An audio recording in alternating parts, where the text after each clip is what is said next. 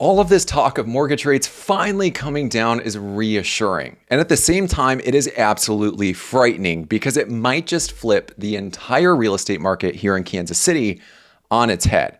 What happens when those floodgates open? What happens when the one reason that people are choosing not to sell their home, not to buy a new home, what happens when that all goes out the window? We're going to break it down in this video, as well as what you got to look out for between now and when that inevitably happens. Before we answer the question of what happens when rates inevitably fall, we've got to answer a more important question of, are we in the middle of a real estate market crash here in Kansas City? Well, according to this article from the Motley Fool, there are generally 4 signs that predate most housing crises, and we're reliving a lot of them as we speak. So number 1 is that home prices continue to increase. But at some point, as you very well know, home price growth outpaces wage growth, which means a lot of people that are shopping for a home that want to buy a home, it's just prohibitively expensive, which leads to number 2. We can check this box off. Mortgage rates climb, right? As a result of all the money in the economy, the federal government has to step in and prevent inflation, so they start jacking up mortgage rates. Now, are we at the tail end of mortgage rates increasing? It looks like that's the case. Totally depends on inflation, and that's why I say at some point later this year or earlier next year, we should see rates go down. But because of high mortgage rates, we see number 3 happen, which is inventory drops. We can check this one off as well. Huge housing shortage right now in Kansas City. It's because mortgage rates are so high that nobody wants to sell their home in this environment, right? Why sell their home that's at a 3% mortgage rate and trade up for a 6.5% mortgage rate?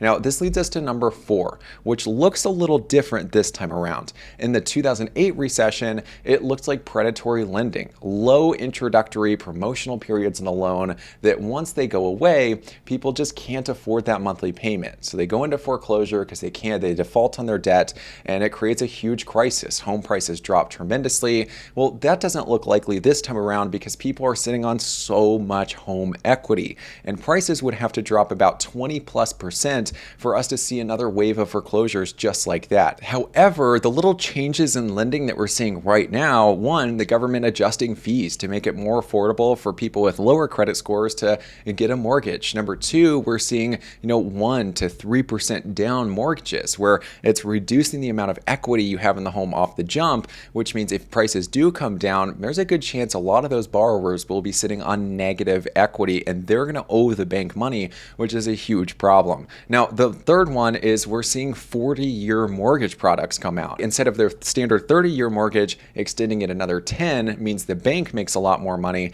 It means people have to pay a little bit less every single month, but the amount of interest they pay over those 40 years versus the 30 years is astronomical. Now, in last week's video, we discussed this chart in which these institutions, Fannie Mae, Mortgage Bankers Association, National Association of Realtors, basically predict where rates will be at the end of the year. So end of 2023, they're anticipating 6% or below, and then April 2024, they're expecting rates to be in the mid-5s at 5.6 or 5.3%.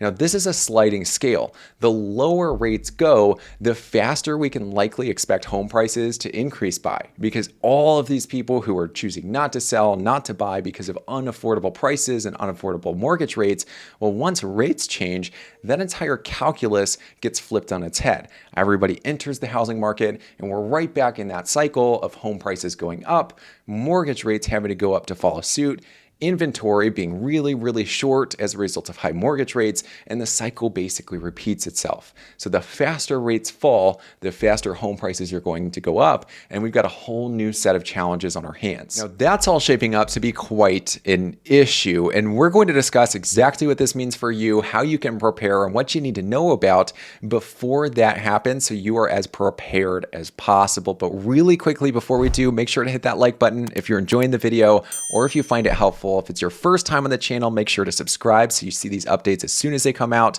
My goal is just to protect your bottom line, to give you all of the information you need so you can easily and successfully navigate these really turbulent waters over the next year. First thing to be aware of is this seesaw effect. When mortgage rates go down, home prices go up, as you very well know. So this might put you in one of 2 circumstances. You can buy a home now and lock in that lower home price, which we know it's going to go up as soon soon as rates go down, you'll suffer the higher mortgage rate in the interim, and then when rates finally fall, you can choose to refinance and lock in that lower rate for the next 30 years.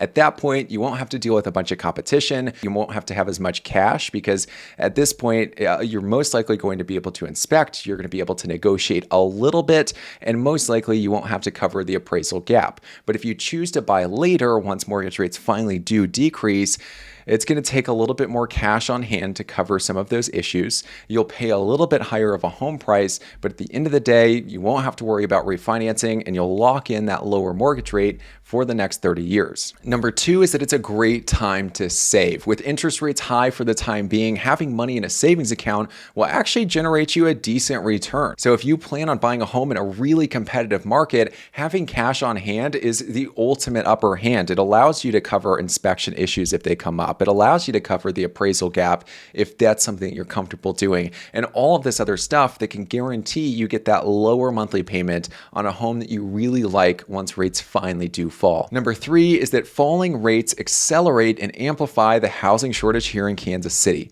That's right. While a lot of people are choosing not to sell because of high mortgage rates, all of those people are planning for the most part to turn around and buy a home. So it's not a net increase in supply. Meanwhile, we've got a large group of millennials who are finally at their peak home buying years and they're ready to jump into the game too.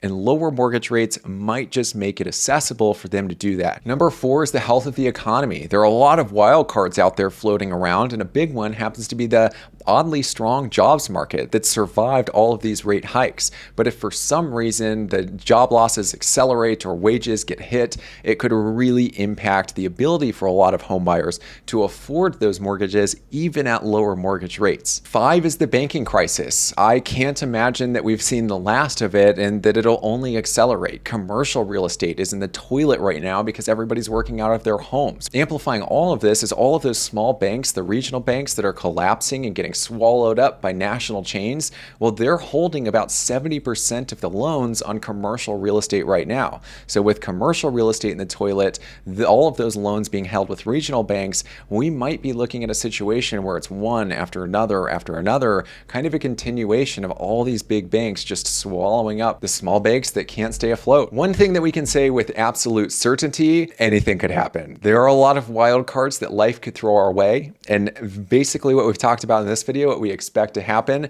what does happen could be far from that. So whether you're buying or selling a home, I know at the end of the day, you want to make sure you're doing it at the right time for you, that you're getting the most value for your money when you're buying a home and the most money when you're selling a home. And that's what our entire business is set up to do. So if you'd like to partner up on selling or buying your home in Kansas City and you think we'd be a good fit personality-wise, go ahead and reach out and get a hold of us with all the contact info in the description. Call, text, email. We're quick to respond. We'd love to connect with you and talk about what working together would look like. If you enjoyed the video, make sure you hit that like button, subscribe so you see the weekly market updates. We'll see you next week.